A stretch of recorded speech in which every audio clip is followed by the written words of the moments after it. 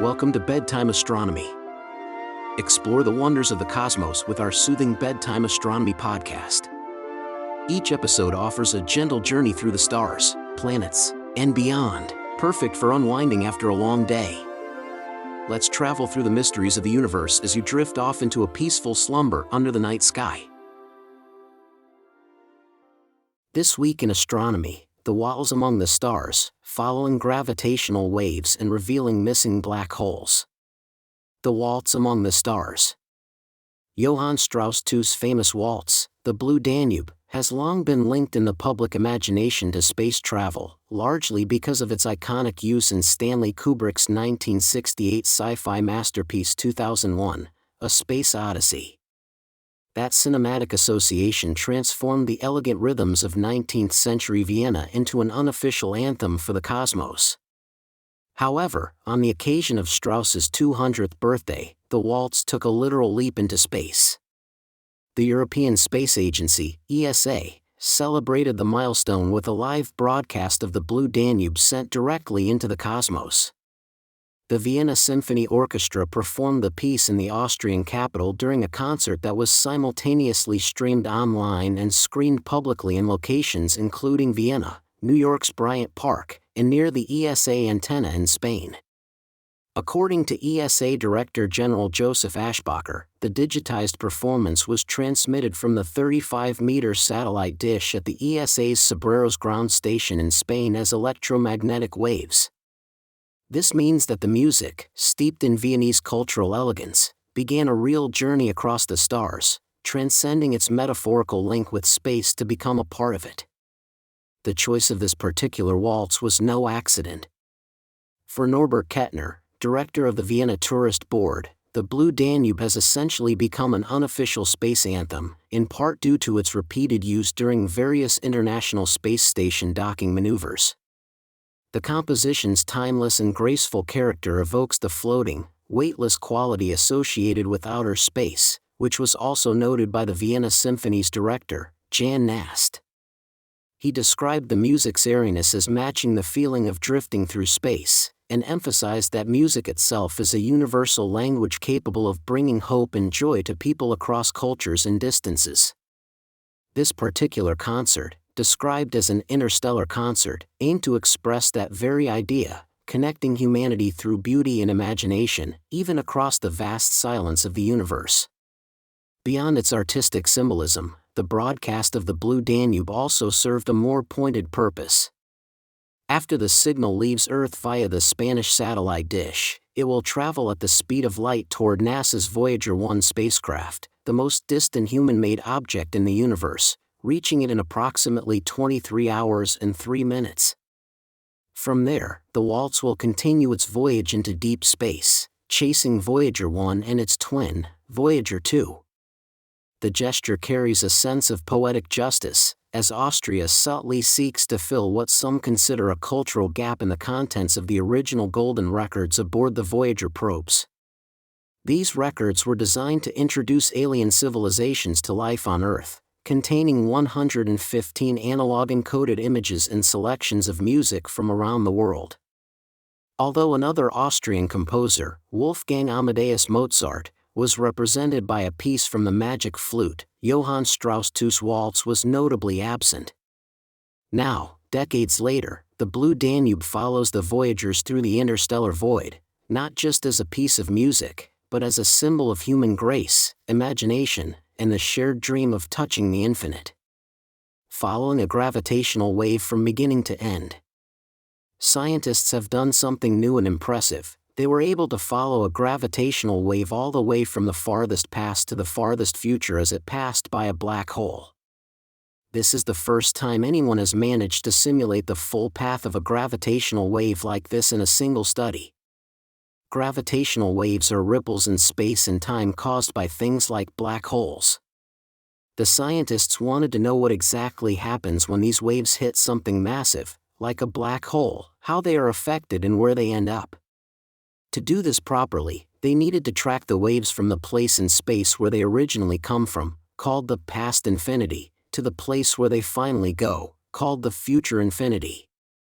These are the far edges of the universe, where light and gravitational waves can travel forever if nothing gets in their way.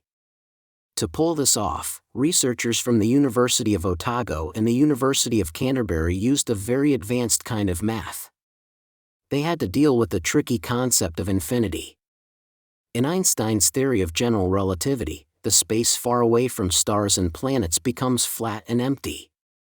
But to understand what's happening to gravitational waves, the scientists needed to include these distant, infinite areas in their calculations, something that's very hard to do in normal simulations. Using special equations that allowed them to squeeze infinity into a form a computer could work with, they created a custom program called Coffee. With it, they ran simulations of gravitational waves of different strengths hitting a kind of simple black hole known as a Schwarzschild black hole. What they found is that spacetime is extremely stiff. When a wave with low energy hit the black hole, only a small amount, about 8.5%, bounced back and escaped. Most of the wave's energy was absorbed by the black hole.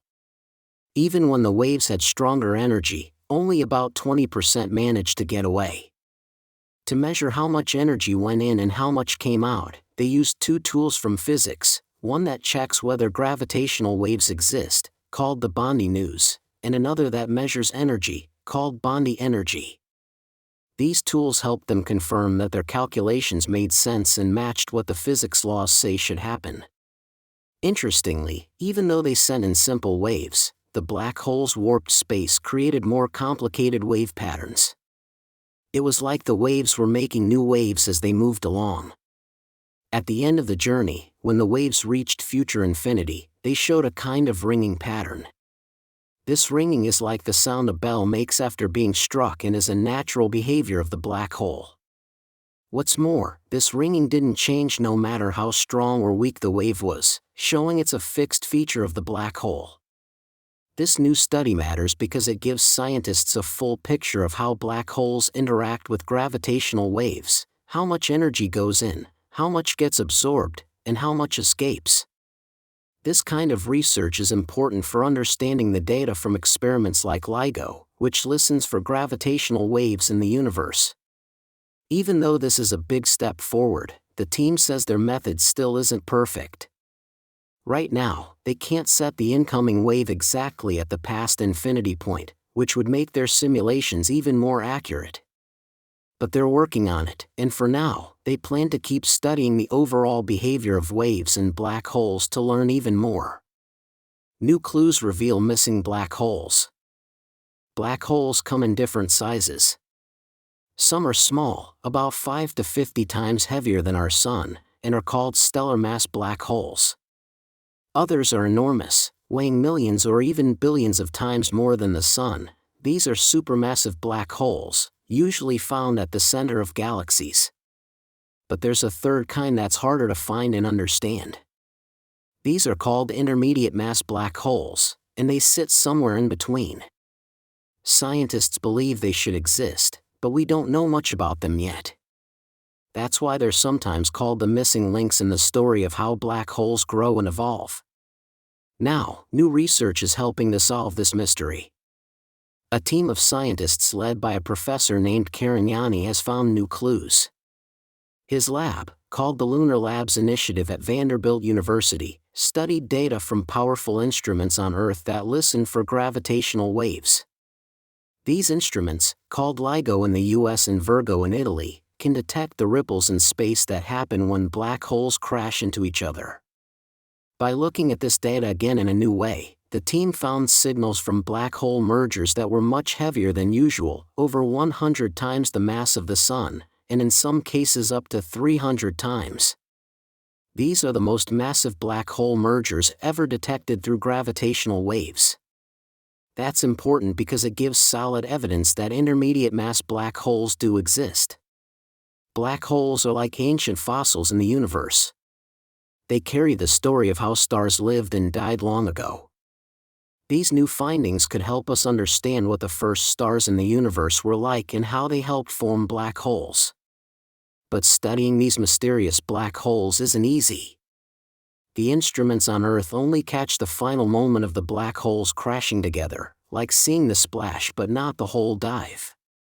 So the researchers are also working with plans for a future space mission called LISA, which will be launched by the European Space Agency and NASA in the late 2030s. LISA will be a detector floating in space that can listen to lower sounds and gravitational waves. It will be able to follow black holes long before they collide, helping us understand where they come from and how they grow. In 2 of their new studies, the team showed that LISA could track these black holes for years before they merge. This gives scientists a chance to learn how these black holes formed and what happens to them over time. They also studied something called recoil kicks, which is when the merged black hole gets a kind of cosmic shove after the collision and moves away through space. These kinds of detailed stories about black holes will be easier to see with LISA. Another important part of their work focused on making sure the signals from these black holes are real and not just noise.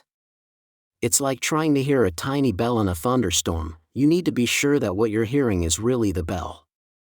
So they used artificial intelligence to clean up the data and confirm the signals were accurate. This kind of AI tool will be very helpful in future black hole research.